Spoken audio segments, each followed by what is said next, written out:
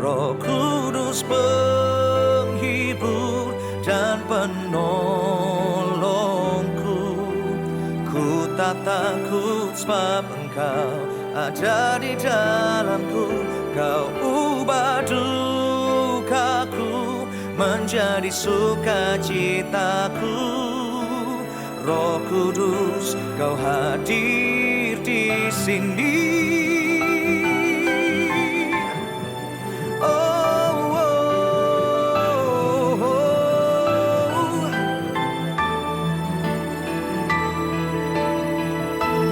Roh Kudus penghibur dan penolongku.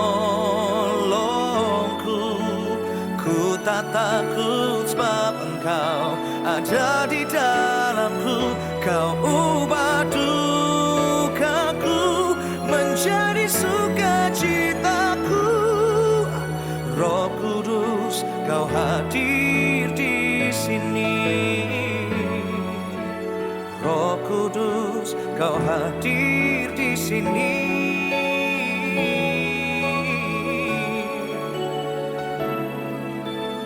Roh Kudus, Kau hadir di sini.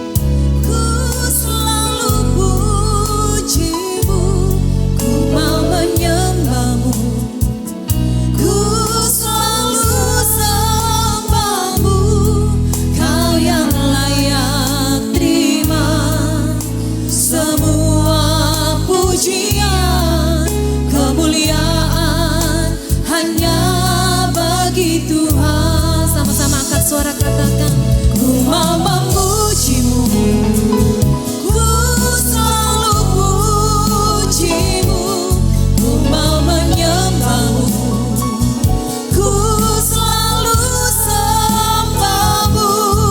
Kau yang layak terima semua pujian, kemuliaan hanya bagi Tuhan. Jemaat sendiri katakan, ku mau memujimu. Sambil angkat tanganmu, katakan kepada Tuhan, naikkan pujianmu yang terbaik, naikkan penyembahanmu yang terbaik buat Tuhan. Haleluya. Sebab Engkau ditinggikan di gerejamu tempat ini, Yesus. Ya Yesus.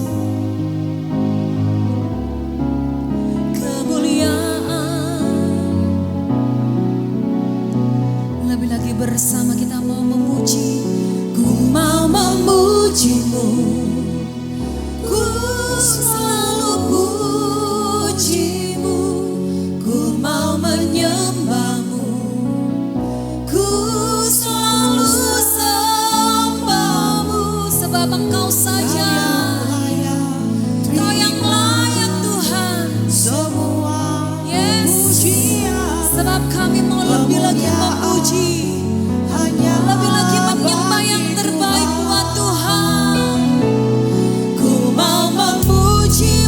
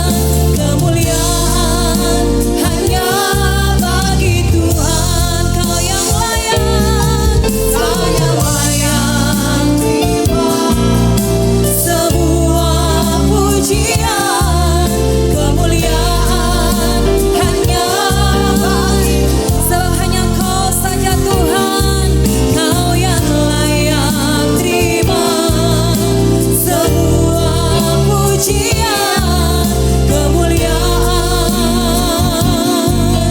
hanya bagi Tuhan.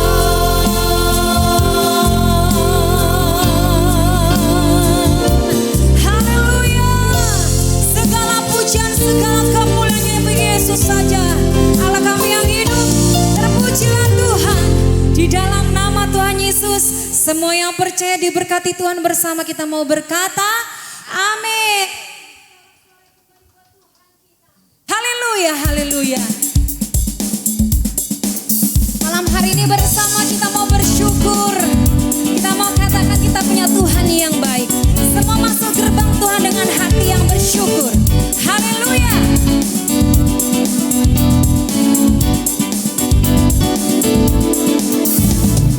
Masuk gerbangnya bersyukur dengan penuh pujian, bersuka di hadiratnya, nyanyi besarkan agung namanya. Tiuplah, tiuplah sangkakala, amin.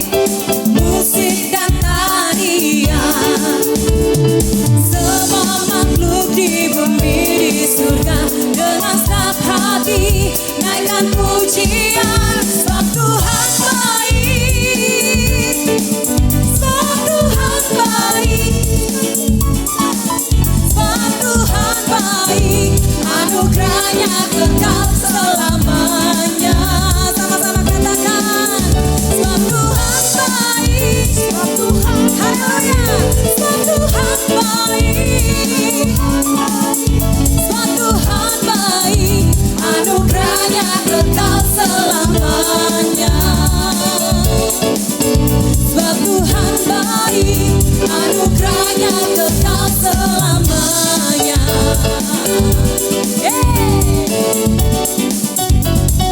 Sama-sama katakan Yesus Kristus, Yesus Kristus Allah Tuhanku, amin.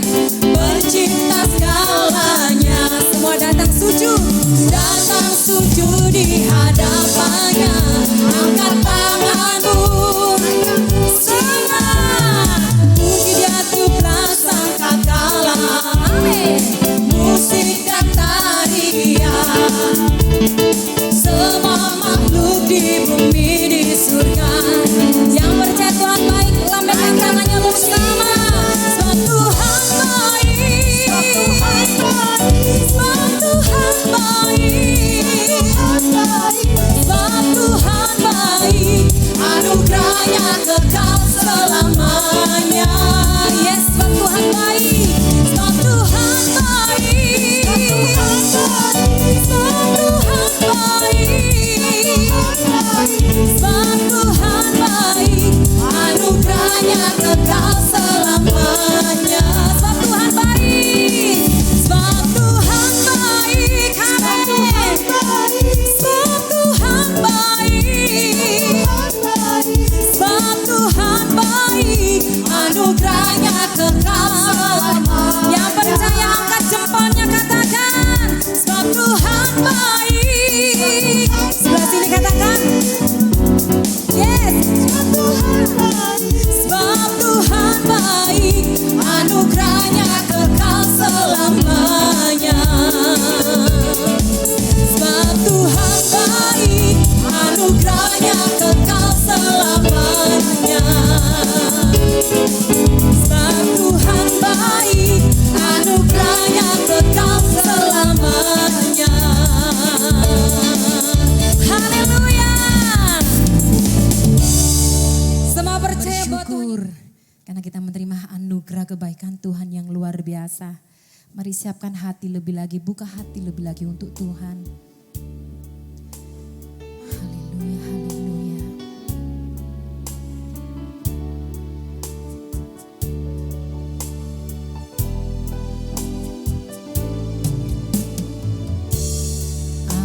Ajar ku mengerti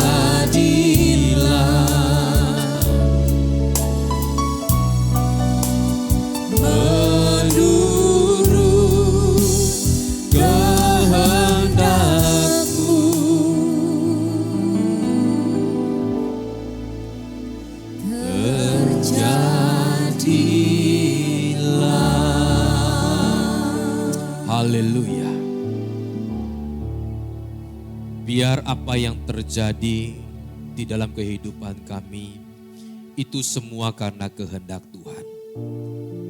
Ajar kami Tuhan untuk mengerti kehendak-Mu. Sehingga doa yang kami naikkan, doa yang kami panjatkan, bukan karena kehendak kami, tapi karena kehendak Tuhan. Yesus pun, Dia yang adalah Tuhan, waktu dia di dunia pun dia mencari kehendak Bapaknya. Dia mengatakan kalau boleh cawan ini berlalu daripadaku, tetapi bukan kehendakku yang terjadi, tapi kehendak-Mu lah yang terjadi. Oleh karena itu setiap doa kita harus kita santukan, kita sinkronkan kepada kehendak Tuhan. Sehingga itu berkenan dan itu akan dibenarkan oleh pada Tuhan. Sehingga doa-doa kita akan dijawab oleh Tuhan. Hari ini Tuhan, kami mau belajar tentang firman Tuhan, merenungkan sebagian firman Tuhan. Karena kami percaya firman Tuhan adalah pelita buat setiap kami. Sehingga di tengah-tengah dunia yang gelap ini, ada terang Tuhan, ada firman Tuhan yang menuntun langkah kami. Terima kasih Bapa, mengurapi setiap kami di tempat ini. Di dalam nama Tuhan Yesus, kami sambut firman Allah. Haleluya. Amin. Silakan duduk, ladies. Shalom. Puji Tuhan, hari ini kita akan belajar tentang kebenaran firman Tuhan dengan tema doa yang dibenarkan. Doa yang dibenarkan oleh Tuhan. Kenapa ini menjadi penting? Karena kalau doa tidak dibenarkan oleh Tuhan, maka doa itu tidak akan dijawab oleh Tuhan. Kalaupun dijawab oleh Tuhan, ya, kita akan menjadi orang-orang yang merasa bahwa karena ini jasa saya, karena ini kebaikan saya. Sehingga tidak sedikit tanpa kita sadari, kita akhirnya bersaksi bukan tentang memuliakan Tuhan, tetapi lebih cenderung karena saya baik, karena saya sudah melakukan ini, karena saya sudah melakukan itu, sehingga Tuhan menjawab doa saya. Tetapi kalau kita mengetahui doa yang dijawab oleh Tuhan itu hanya semata-mata karena dibenarkan oleh Tuhan. Sehingga ladies, kita bukan lagi merangkai kata-kata yang indah. Kita juga tidak merasa bahwa kita ini orang yang berjasa, kita orang yang baik, sehingga Tuhan menjawab doa kita. Tapi saya hari ini mau katakan bahwa kalau Tuhan menjawab doa kita, itu semata-mata karena Tuhan mengasihi kita. Nah saudara, ladies, seperti seorang bapak kepada anaknya. Kalau bapak itu merawat anaknya, itu bukan karena anaknya itu baik. Bahkan ada anak yang nakal toh. Apalagi kalau dia lagi remaja mau menjadi dewasa. Pasti ada kenakalan seorang remaja. Tetapi kenapa papanya tetap menjaganya, orang tuanya tetap merawatnya? Itu bukan karena anaknya baik. Itu hanya semata-mata karena orang tuanya mengasihi anaknya. Itulah Tuhan dengan kita. Kalau kita hari ini sampai dipelihara, dijaga, dirawat oleh Tuhan, bukan karena jasa kita, bukan karena kehebatan kita, tapi hanya semata-mata karena kasih Tuhan kepada kita. Nah kalau begitu Pak, apakah saya perlu berbuat baik? Berbuat baiknya kita kepada Tuhan itu karena kita membalas kebaikannya Tuhan. Seperti halnya orang tua kepada anaknya nakal bagaimanapun, dia tetap anggap itu anak dan dia akan jaga. Dia ada sesuatu di luar, orang tuanya tetap akan bela, akan pertaruhkan semuanya untuk membela anaknya. Tetapi yang menjadi masalah adalah anak ini. Setelah dirawat, dibela, dijaga, apakah dia tahu bagaimana membalas atau berbalas budi kepada orang tuanya? Jadi bisa dipahami ya. Tuhan menjawab doa kita, Tuhan merawat dan baik kepada kita bukan karena kita berjasa. Tapi karena Tuhan itu mengasihi. Tapi sekarang saudara, kita semua ini bagaimana kita membalas budi kepada Tuhan kita. Ini yang menjadi pertanyaan. Sehingga waktu kita sekarang bersaksi bukan lagi bersaksi, wah saya sudah lakukan ini, saya sudah lakukan itu. Sehingga Tuhan lihat, lalu Tuhan memberkati, lalu Tuhan menjaga, bukan itu lagi. Karena kita terlalu yakin Tuhan akan menjaga, Tuhan akan memelihara kita dengan caranya Tuhan. Tapi saksinya kita sekarang bagaimana kita balas budi kepada Papa kita. Bagaimana kita membalas budi dengan melakukan banyak hal yang berkenan di hadapan Tuhan. Itulah saudara dan saya. Jadi jangan kebalik. Nah hari ini kita akan belajar dari firman Tuhan di dalam Injil Lukas. Pasalnya yang ke-18 ayat yang pertama sampai dengan ke-8. Doa yang seperti apa yang akhirnya akan dibenarkan oleh Tuhan. Dan kenapa Tuhan ya seolah-olah mengulur-ngulur waktu, nanti kita akan lihat jawabannya. Kita akan belajar 3 poin. Di dalam Lukas 18 ayat yang pertama sampai dengan ke-8. Yesus mengatakan suatu perumpamaan, jadi ini perumpamaan ya. Kepada mereka untuk menegaskan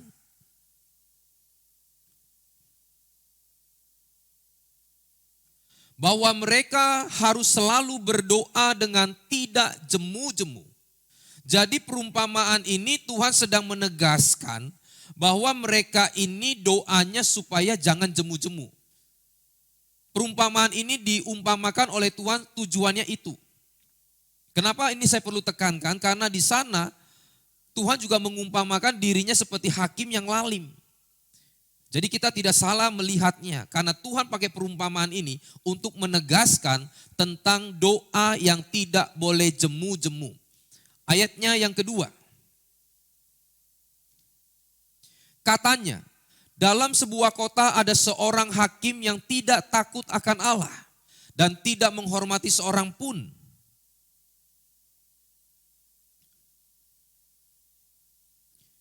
Dan di kota itu ada seorang janda yang selalu datang kepada hakim itu dan berkata, belalah hakku terhadap lawanku. Beberapa waktu lamanya hakim itu menolak, tetapi kemudian ia berkata dalam hatinya, walaupun aku tidak takut akan Allah dan tidak menghormati seorang pun, namun karena janda ini menyusahkan aku, baiklah aku membenarkan dia, supaya jangan terus saja ia datang dan akhirnya menyerang aku. Kata Tuhan, camkanlah apa yang dikatakan hakim yang lalim itu, ayat 7, tidakkah Allah akan membenarkan orang-orang pilihannya yang siang malam berseru kepadanya, dan adakah ia mengulur-ngulur waktu sebelum menolong mereka. Ayat 8, aku berkata kepadamu, ia akan segera membenarkan mereka. Akan tetapi jika anak manusia itu datang, adakah ia mendapati iman di bumi? Kalau tadi ladies cermati ada 3 kali kata dibenarkan. Artinya saudara, seorang janda ini yang datang kepada hakim itu berkali-kali. Lalu dikatakan oleh Tuhan Yesus, diumpamakan dari hakim tadi, bahwa akhirnya dia dibenarkan. Kenapa dibenarkan? Artinya belum tentu seorang janda ini benar. Mungkin saja dia dizolimi, ya. Tapi belum tentu benar karena pengadilan belum terjadi. Belum ada yang namanya mengatakan yang ini salah, ini benar, belum. Tapi sudah dibenarkan. Nah artinya doa yang dibenarkan oleh Tuhanlah itu yang akan dijawab oleh Tuhan. Belum tentu jandanya benar. Belum tentu janda itu seorang yang baik, belum tentu. Tapi karena dia dibenarkan, maka doanya itu dijawab. Permohonannya itu dijawab oleh hakim itu. Nah hari ini kita akan belajar apa sesungguhnya yang Tuhan lihat, yang akhirnya Tuhan benarkan. Kita lihat di ayatnya yang ke-7. Kita lihat di ayat yang ke-7. .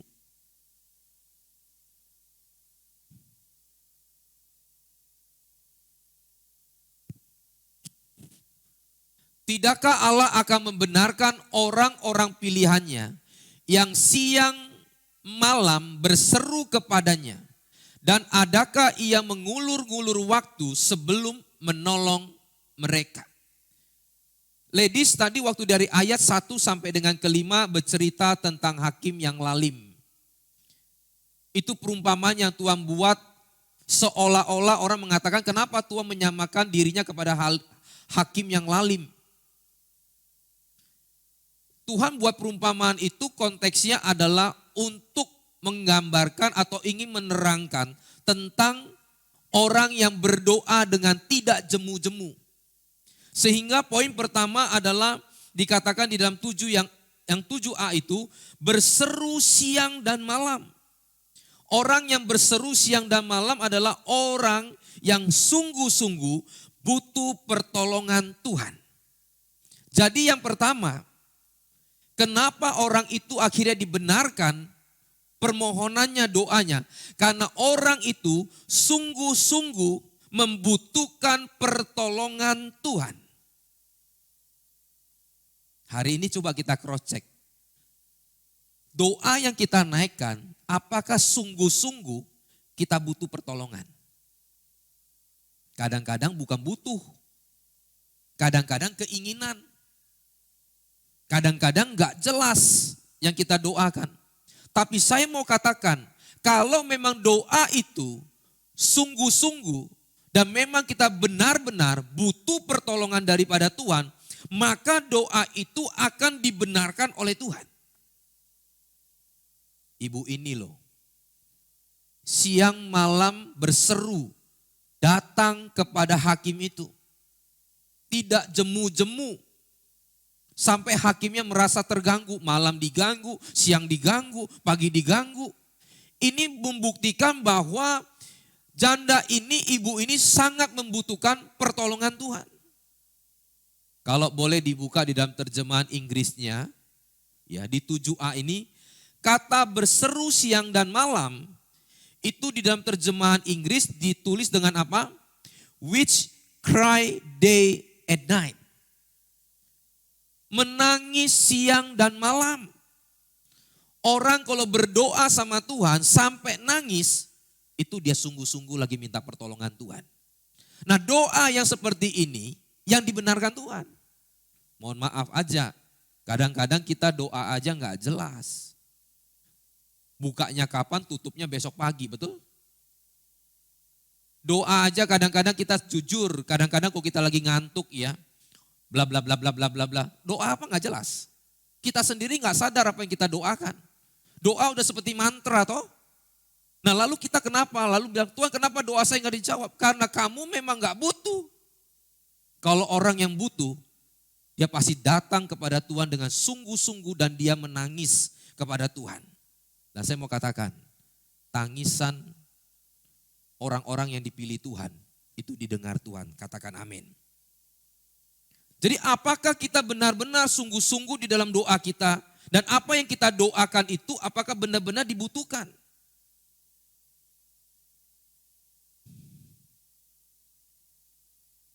Kalau sampai saja kita bisa mengeluarkan air mata, Tuhan melihat itu semua. Tapi bukan air mata buaya ya yang dimaksud di sini. Contohnya, sampai kalau ada orang tua yang nangis karena anaknya, entah tangisan itu karena anaknya nakal atau dia nangis karena anaknya butuh sesuatu. Saya mau katakan doa seperti itu Tuhan nilai loh. Contoh, kalau seorang anak dia melukai hati orang tuanya sampai nangis, dia memang gak balas dengan ini. Tapi kalau Tuhan lihat orang tua ini nangis karena perlakuan anaknya, mohon maaf, anak itu tinggal tunggu waktu. Tuhan akan didik dia. Tapi sebaliknya, kalau orang tua itu sampai nangis karena lihat anaknya susah, sampai doa sama Tuhan, saudara, saya juga mau katakan bahwa tinggal tunggu waktu anak itu akan diangkat Tuhan. Jadi gambaran dari orang yang menangis di hadapan Tuhan itu kesungguhannya. Ya. Saudara, Kalau kita menolong orang lain, lalu orang itu berdoa, nangis sama Tuhan untuk kita, saudara tinggal tunggu waktu. Makanya kalau kita nolong orang, jangan nolong orang yang bisa balas kepada kita. Karena dia nggak akan nangis buat kita, dia balas. Balas entah dengan uang, balas mungkin dengan hadiah, balas entah dengan makanan, balas atau dengan apapun. Ya itu juga balasan, nggak ada masalah. Tapi dia nggak akan pernah nangis untuk kita. Tapi kalau hari ini kita melakukan sesuatu kebaikan kepada orang yang tidak bisa membalas, dan dia hanya bisa membalas dengan doa dan nangis kepada Tuhan. Wah, saya mau katakan, doa itu akan dibenarkan oleh Tuhan. Makanya kalau ladies yang pernah ikut misi, pergi ke desa, pergi ke tempat-tempat yang terpencil, orang-orang yang miskin, yang gak ada uang, yang gak tahu di mana kita, saudara. Dia hanya bisa mendoakan kita, dan dia hanya bisa nangis untuk kita. Tangisan itu akan dibenarkan oleh Tuhan. Ada satu kesaksian, mungkin ladies juga tahu, salah satu gembala kita yang di Singapura. Ya, saudara, dia nggak punya anak waktu itu.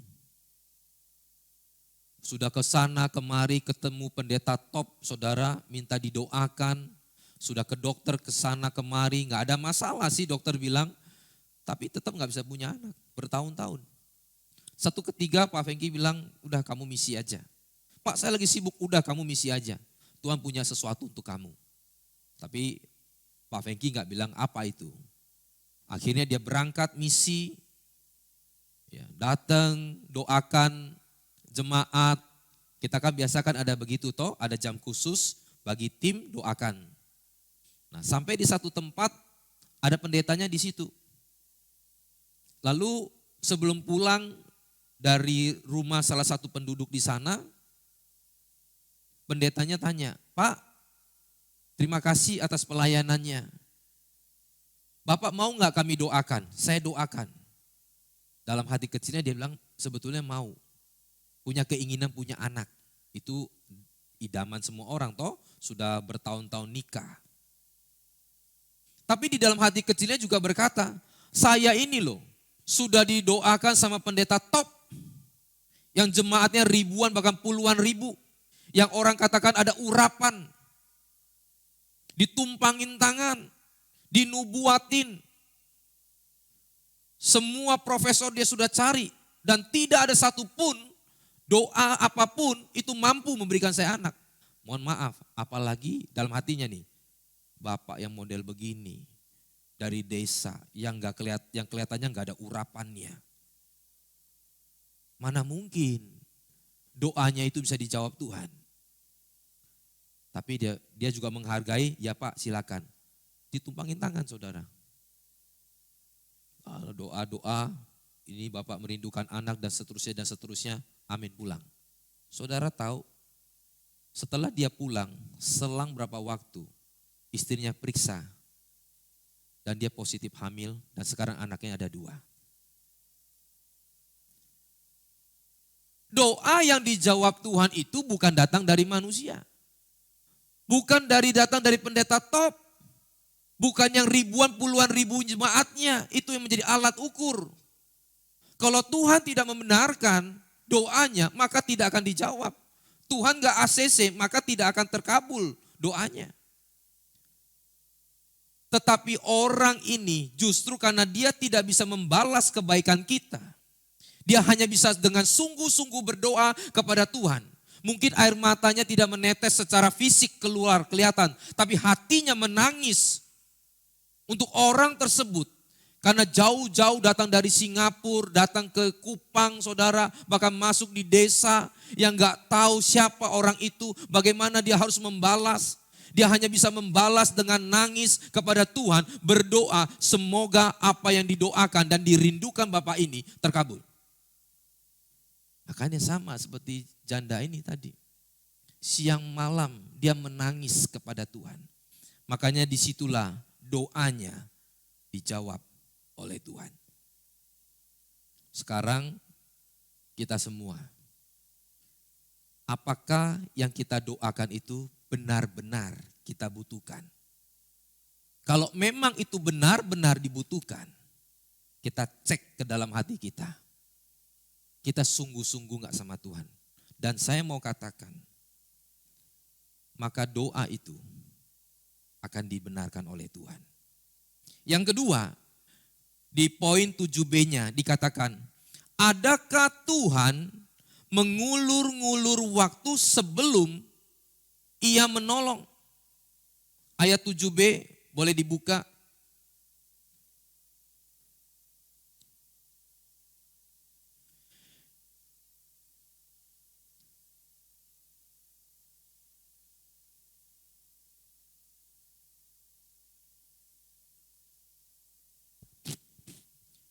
Tidakkah Allah akan membenarkan orang-orang pilihannya yang siang malam berseru kepadanya? Dan adakah ia mengulur-ngulur waktu sebelum ia menolong mereka? Ladies, coba cermati, adakah Tuhan mengulur-ngulur waktu sebelum menolong mereka? Tanda tanya. Kalau kalimatnya dan tanda bacanya seperti itu, maka artinya Tuhan itu gak pernah mengulur-ngulur waktu sebelum menolong mereka. Artinya kalau sampai terkesan bahwa Tuhan menunda-nunda, mengulur-ngulur waktu, itu pasti ada maksud. Bukan Tuhan gak jawab loh. Sebelum Tuhan jawab dikatakan, sebelum Tuhan tolong. Jadi apa yang sudah dibenarkan Tuhan, Tuhan akan tolong. Tuhan akan jawab. Tetapi kalau terkesan lama dan butuh waktu, pasti ada something. Sesungguhnya Tuhan, yang kedua adalah Tuhan mau kita belajar mengandalkan Dia. Tuhan mau kita belajar untuk mengandalkan Dia.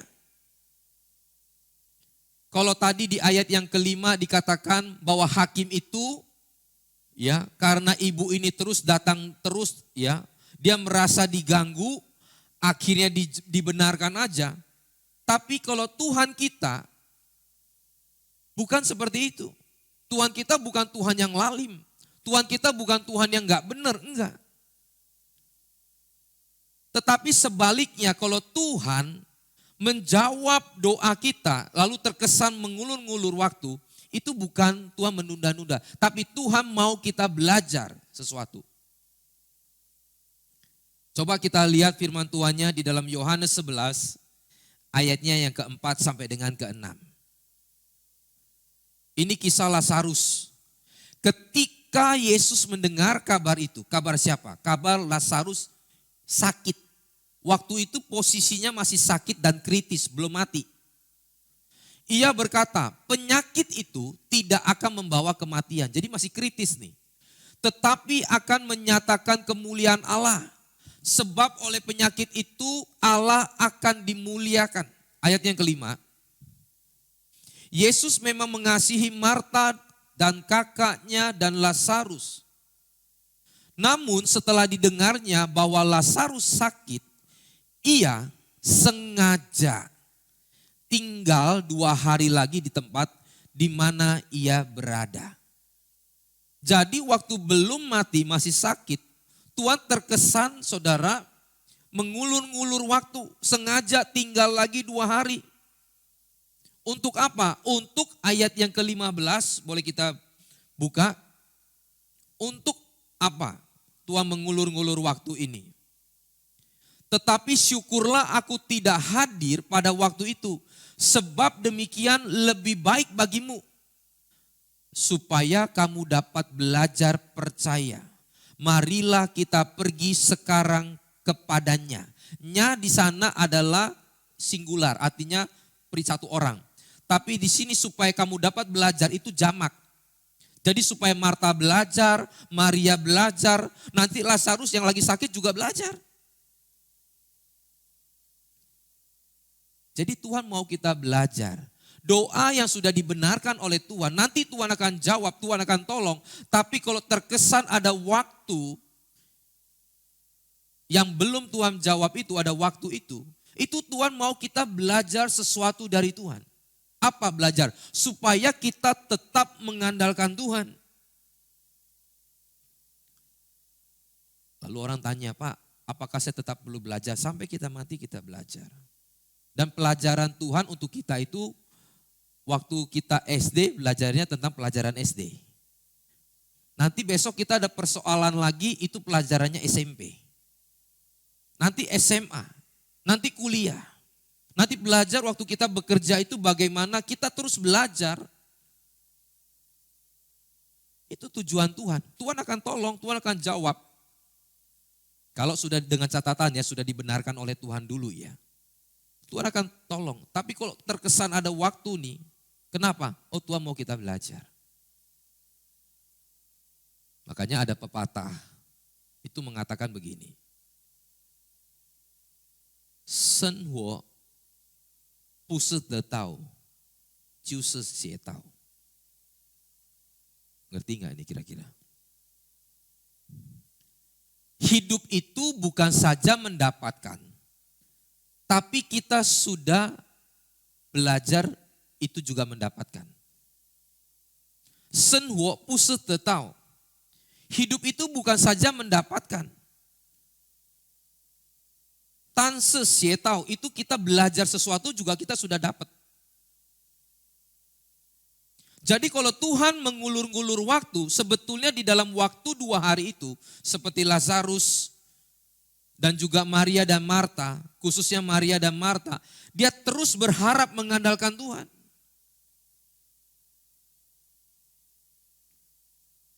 Tuhan sebelum menjawab visi daripada Yusuf, Tuhan terkesan mengulur-ngulur waktu, tapi enggak. Tuhan sedang ingin buat Yusuf belajar.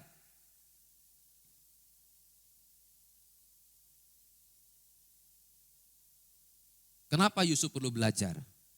Karena dulu dia dididik sama Yakub itu salah. Ya. Terlihat dari apa? Terlihat bajunya dikasih pakai yang ungu. Dibedakan dengan saudara-saudaranya yang lain. Itu baju ungu itu baju kebangsaan. Bangsawan maksudnya. Ya. Bayangin anak yang lain nggak dapat, dia dapat. Anak yang selalu minta perhatian orang tuanya, anak yang manja, Yusuf. Sehingga Tuhan izinkan masuk ke sumur, sehingga dia bukan lagi mengandalkan Yakub. Gak bisa lihat ke kiri, tembok semua toh, sumur itu kan tembok semua. Akhirnya dia cuma bisa lihat ke atas, lihat Tuhan, mengandalkan Tuhan. Belajar mengandalkan Tuhan, berdoa, siang dan malam. Mungkin saja juga dia menangis kepada Tuhan. Tuhan bagaimana saya keluar dari sumur ini? Akhirnya Tuhan juga jawab toh, angkat dia keluar minimal dari sumur dulu. Tapi Tuhan mau si Yusuf ini belajar. Karena dulu pun Yakub salah didik. Yakub ini punya ibu siapa? Rahel toh? Betul ya? Atau Ribka? Ribka? Salah didik juga. Masih ingat gak? Nipu papanya, kerja sama dengan Yakub, nipu Esau juga toh. Jadi ini ke bawah. Dia salah didik Yakub, Yakub salah didik Yusuf. Artinya di sini Tuhan kadang-kadang mengulur waktu itu. Tuhan mau kita belajar step by step. Karena kalau salah didik bahaya. Tuhan kan pernah ngomong begini. Kalau saja Bapak di dunia bisa tahu memberikan yang baik kepadamu, apalagi Bapak di sorga. Orang seringkali salah paham tentang kalimat ini. Kalimat itu lalu diteruskan, itu bicara tentang Roh Kudus yang terbaik yang diberikan kepada kita. Artinya begini, Kalau misalkan Bapa di dunia saja bisa memberikan yang terbaik, Tuhan itu bisa memberikan yang lebih terbaik. Bukan berarti Bapa di dunia ini bisa kasih saya mobil, ya mobil merek biasa gitu ya. Kalau Bapa di sorga bisa kasih mobil merek yang mewah, yang sport. Bukan itu. Bapa di sorga lebih tahu, dia memberikan Roh Kudus yang lebih baik. Sehingga dia tahu kalau anak ini belum cukup umur, kalau anak ini diberikan bisa rusak, dia nggak kasih. Itu yang terbaik.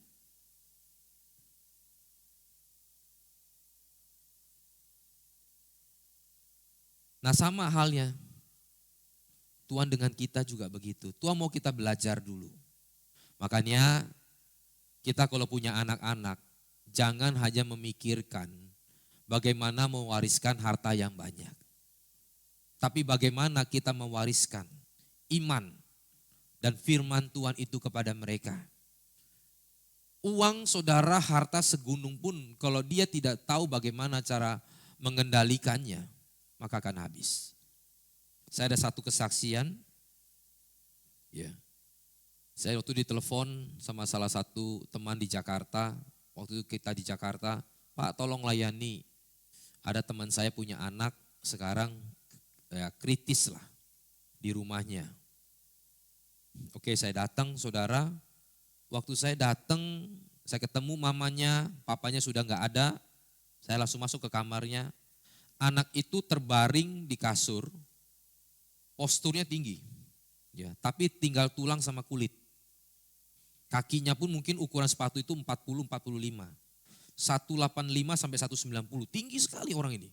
Posturnya bagus. Wah saya pikir luar biasa orang ini. Tapi kasihan. Sudah tinggal tulang sama kulit. Suster lagi ngerawat dia. Pas waktu itu lagi dibersihin. Singkat cerita, susternya kasih lihat lukanya di belakang. Sudah lubang. Lubang di sini. Ya, lubang. Nah, saya keluar, saya cerita, mamanya cerita sama saya, dia katakan dulu anak ini baik. Tapi mungkin juga saya salah didik, pergaulan yang salah, dapat istri yang salah. Ini mohon maaf, bukan saya menghakimi, ini cerita dari ini. Anak ini awalnya baik, setelah kenalan dengan perempuan ini, hidup malam, glamor, begadang, pulang 1 hari nggak pulang, mulai kurang ajar sama orang tua, dulu gak pernah bentak-bentak, sekarang bentak-bentak, mabok-mabokan di luar, sampai pukul jendela pecah, pukul mobil pecah. Orang ini memang orang kaya lama, dia tinggal di perumahan mewah di Jakarta. Minta uang gak dikasih, dipukul barang-barang di rumah. Sampai satu ketika mamanya udah gak tahan, dia bagi hartanya aja. Udah. Dia minta harta, bagian saya mana? Mamanya ambil, papanya sudah gak ada toh, dia ambil punya dia. Singkat cerita dia pergi. Menikah, pergi, mamanya hanya dengar bahwa dia punya anak. Setelah itu lost contact. Sampai satu ketika, teman dari mamanya ini ketemu dia di luar kota, dari Jakarta gak jauh lah. Masih sebatas seperti kalau Surabaya, Sidoarjo gitu ya. Di sana Jakarta, ya daerah Bekasi, Bogor lah. Saya kayaknya lihat mantu kamu keluar dari gang itu. Oh ya? Lalu anak saya nggak lihat anaknya ibu. Saya nggak lihat anaknya tante. Namanya seorang ibu saudara. Bagaimana nakalnya anak, bagaimana jahatnya anak, tetap itu anak. Tapi sebaliknya, anak belum tentu bisa seperti itu kepada orang tua. Tapi orang tua tetap bersikap seperti itu. Dia pergi ke sana, dia cari saudara anaknya. Dia ke RT, akhirnya RT tunjukkan rumahnya ini, diketok-ketok nggak ada yang buka. Akhirnya melalui security sapam di situ, hansip, didobrak. Dia lihat anaknya sudah terkapar di situ.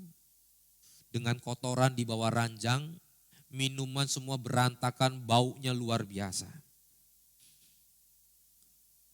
Anak sudah dewasa tetap dipeluk sama mamanya, dia nangis saudara. Lalu dibawa ke rumah sakit. Sampai di rumah sakit baru diperiksa yang tadi belakangnya lubang ini, karena kan kepanasan toh, tidur terus. Kena penyakit, saudara tidur terus nggak bisa bangun, dibiarin aja buang air, buang kotoran, akhirnya infeksi. Jadi waktu dibalik pada saat itu sudah belatung semua. Sudah ulat semua. Ini mamanya ngomong. Jadi sampai di rumah sakit dibersihkan sama dokter semua. Kata dokter ini sudah terlambat. Dan dia sudah kena kanker tulang belakang. Nah, waktu dirawat di rumah sakit biaya juga sudah menipis, akhirnya dibawa pulang. Kurang lebih hampir 1 tahun. Hidup gak bisa, mati gak bisa.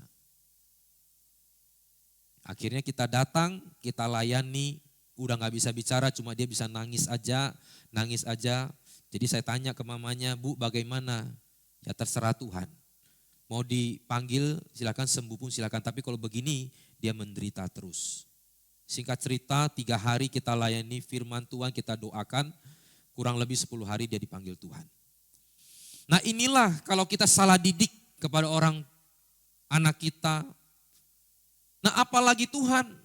Jadi kalau Tuhan terkesan mengulur-ngulur waktu sebelum menolong kita, itu bukan Tuhan terlambat. Tuhan ingin kita belajar sesuatu. Tuhan ingin buat kita ini tahu apa kehendaknya, apa keinginan Tuhan sesungguhnya. Sehingga di kemudian hari hidup kita terus mengandalkan Tuhan. Kalau saya boleh ditolong itu karena Tuhan, bukan karena saya hebat. Kalau saya boleh ditolong Tuhan hanya semata-mata karena kebaikan Tuhan kepada saya. Dan yang ketiga,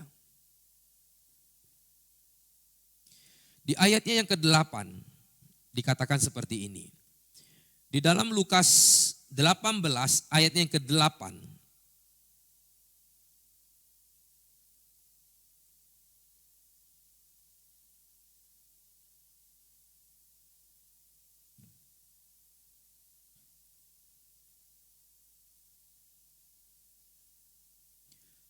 Aku berkata kepadamu, ia akan segera membenarkan mereka. Akan tetapi, ya, tadi dijawab lalu dibenarkan, ini dikatakan dibenarkan. Akan tetapi, jika anak manusia itu datang, adakah ia mendapati iman di bumi? Jadi setelah dibenarkan, dijawab oleh Tuhan, tapi anehnya Tuhan masih mengatakan apakah dia punya iman? Padahal kalau orang yang dibenarkan artinya orang yang beriman. Tapi kenapa Tuhan masih tanya apakah masih kudapati orang yang beriman itu? Nah iman di sini di terjemahan asli itu dikatakan iman yang setia. Artinya setelah kita ditolong Tuhan, kita dijawab oleh Tuhan doanya, seringkali yang terjadi kita enggak setia. Kita waktu lagi susah kita cari Tuhan. Kita nangis sama Tuhan. Tapi begitu dijawab oleh Tuhan doanya, kita mulai enggak setia sama Tuhan. Kita lupa balas budi kepada Tuhan. Seperti halnya orang tua yang sudah membesarkan kita, kita lupa balas budi kepada dia. Memang orang tua pantas merawat anaknya. Memang itu tugasnya, kita tidak pungkiri. Saya bicara ini bukan dari sisi saya seorang anak. Saya bicara seperti ini dari sisi orang tua. Saya menjaga, merawat anak saya itu karena memang sudah menjadi tanggung jawab saya. Jadi kita tidak boleh lagi sebagai orang tua ya, saya melihat dari posisi orang tua. Mengatakan bahwa anak gak tahu balas budi, kita nuntut anak, lu sudah gua gedein, lu begini. Enggak. Kalau dari sisi orang tua loh saya ngomong. Kalau kita dari sisi orang tua melihat seperti itu, kita akan kecewa satu ketika. Tapi sebaliknya kalau kita dari sisi seorang anak, kita harus tahu balas budi. Meskipun itu tanggung jawab orang tua kita. Kita dari sisi jemaat umat manusia yang melihat memang Tuhan itu menolong kita. Betul. Dia tidak nuntut apa-apa daripada kita. Tapi kita sebagai seorang anak, wajib yang namanya setia, balas budi kepada Tuhan. Makanya saya mau katakan bahwa orang yang kalau bisa tahu balas budi, pasti dia orangnya setia. Tapi kalau orang yang tidak tahu balas budi, maka orang itu nggak akan setia. Sudah dapat, dan dia nggak tahu balas budi sama Tuhan itu bagaimana. Udah, dia tinggalkan Tuhan. Dan dia hanya berpikir, pantes dong Tuhan nolong saya. Saya kan manusia. Tuhan memang kan kerjanya nolong kita. Nah ini yang terjadi kalau kita tidak tahu bagaimana balas budi kepada Tuhan. Sehingga kalau kita tahu balas budi kepada Tuhan, maka saya mau katakan begini.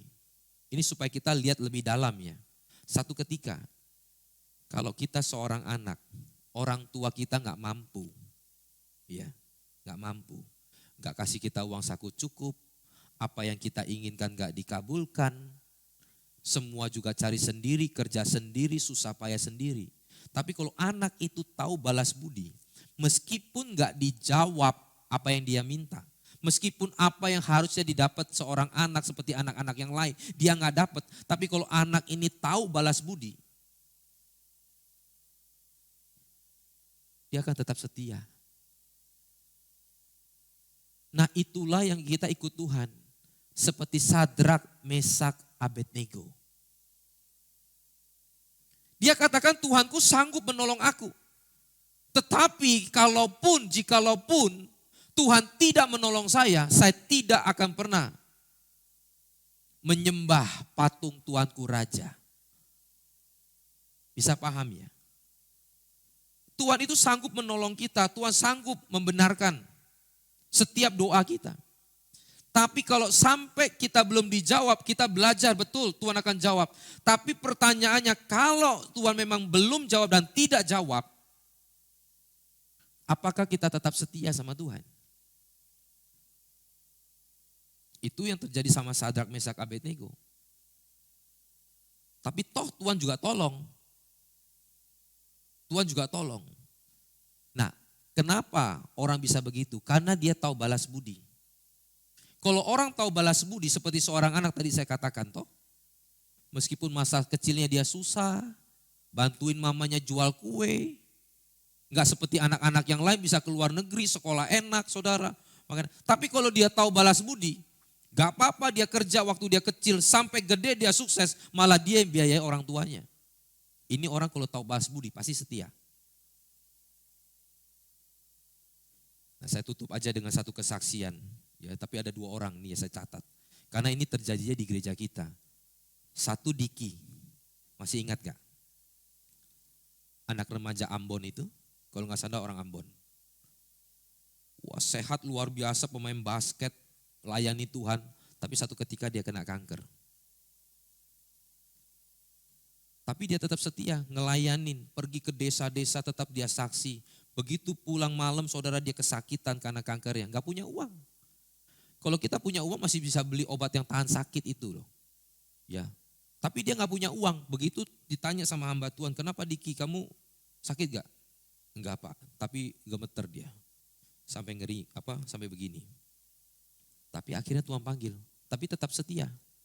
Doanya gak dijawab, tapi dia tetap setia kepada Tuhan. Tapi Tuhan jawab melalui hidupnya untuk menjadi berkat buat orang lain. Yang kedua, yang barusan terjadi minggu-minggu kemarin. Yang di Kupang, Ibu Flo. Kena cancer juga toh. Sudah sampai 5-6 tahun. Dan luar biasa dia tetap setia melayani. Dan karena dia tahu balas budi kepada Tuhan. Dia tahu bahwa hidup ini kalau sudah boleh terima Tuhan diselamatkan itu sudah anugerah yang besar. Dia tetap berharap sembuh, tapi kalau nggak sembuh bagaimana? Dia tetap percaya. Mau didoakan, dia katakan, saya yang doakan Bapak. Bayangin saudara. Saya mungkin kalau kena seperti dia di posisi itu, mungkin belum tentu bisa seperti itu. Yang terus melayani dengan semangatnya, didoakan kita mau doakan orang, belum tentu. Karena belum kejadian, toh nggak ada yang tahu. Tapi dia sudah membuktikan. Waktu kejadian dan memang sudah dipraktekkan. Nah orang-orang seperti inilah Tuhan pakai. Meskipun doanya tidak dijawab. Tapi melalui hidupnya dia bisa menjadi berkat buat banyak orang. Karena kenapa? Karena dia tahu bagaimana balas budi kepada Tuhan. Mari kita bangkit berdiri. Kita akan akhiri firman Tuhan. Doa yang dibenarkan oleh Tuhan. Bukan karena kehebatan, bukan karena jasa kita. Tapi semata-mata karena dibenarkan oleh Tuhan.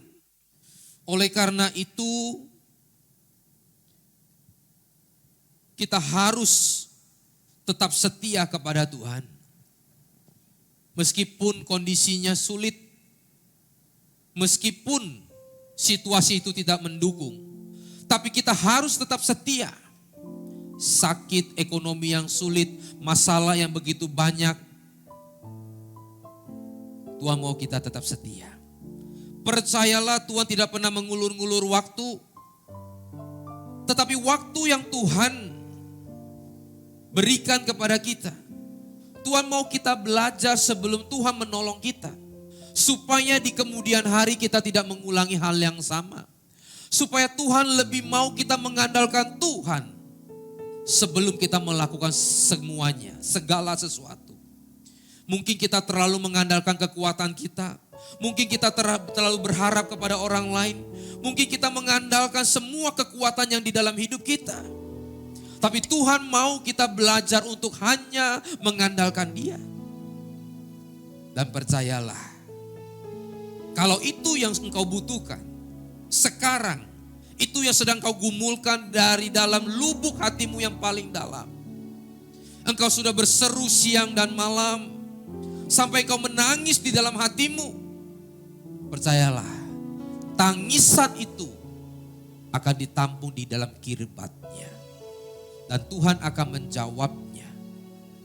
Karena doa yang engkau naikkan itu lahir dari hatimu yang terdalam. Dan itu akan dibenarkan oleh Tuhan. Bapa di dalam surga, hamba-Mu berdoa untuk setiap kami di tempat ini, para ladies. Apa yang menjadi pergumulan mereka di dalam keluarga, di dalam pekerjaan, di dalam pelayanan, Tuhan tahu. Mereka telah berseru siang dan malam. Mereka sudah menangis. Kiranya Tuhan, hamba-Mu berdoa. Di dalam nama Tuhan Yesus, Tuhan boleh tolong, Tuhan boleh jawab. Biarlah kasih-Mu, kemurahan-Mu turun atas setiap kami. Dan kami percayakan sepenuhnya hanya ke dalam tangan-Mu Tuhan. Dan kami mau serahkan sepenuhnya hanya ke dalam waktu dan cara-Mu. Biarlah kehendak-Mu yang terjadi. Dan kami percaya kehendak-Mu lah yang sempurna. Dan Tuhan juga mau kita belajar. Terima kasih Bapa. Kami mau berdoa untuk gereja yang ada di seluruh dunia. Bagi para hamba Tuhan sampai kepada semua jemaatnya. Kiranya Tuhan memberkati mereka semua supaya menjadi berkat dan berdampak. Buat semua hamba Tuhan dan gereja bersatu. Tidak terpecah-pecah. Supaya dunia percaya bahwa Yesus adalah Tuhan bagi kemuliaan Allah Bapa. Demikian juga di mana kami Engkau percayakan di dalam gereja Blessing in the Spirit. Kami mau berdoa untuk setiap persembahan dari jemaat-Mu. Kiranya Tuhan Kau menerimanya dan membalasnya. Biarlah persembahan ini berkenan kepada Tuhan. Tuhan Kau membalasnya. Berilah kemurahan-Mu, kebaikan dan kerelaan. Balaslah kebaikan dan kerelaan hati jemaat. Jaga dan lindungi mereka. Serta peliharalah mereka beserta keluarga, pekerjaan, dan juga di dalam kesehatannya. Mari dekapkan kedua tangan di dada. Firman Tuhan katakan, jagalah hatimu dengan segala kewaspadaan. Karena dari situlah terpancar kehidupan. Jadilah berkat dan terimalah berkat rahmat anugerah dari Allah Bapa di surga. Di dalam putra tunggalnya Yesus Kristus yang telah mati bagi dosa-dosa kita. Dan di dalam persekutuan dengan rohnya yang kudus yang akan menyertai kita dari sekarang sampai selama-lamanya. Mari kita satu di dalam doa Bapa kami. Bapa kami yang di surga, dikuduskanlah nama-Mu, datanglah kerajaan-Mu, jadilah kehendak-Mu di bumi seperti di surga. Berikanlah kami pada hari ini makanan kami yang secukupnya. Dan ampunilah kami akan kesalahan kami, seperti kami juga mengampuni orang yang bersalah kepada kami. Dan janganlah membawa kami ke dalam pencobaan, tetapi lepaskanlah kami daripada yang jahat. Karena Engkaulah yang punya kerajaan dan kuasa dan kemuliaan sampai selama-lamanya. Amin. Tuhan Yesus memberkati.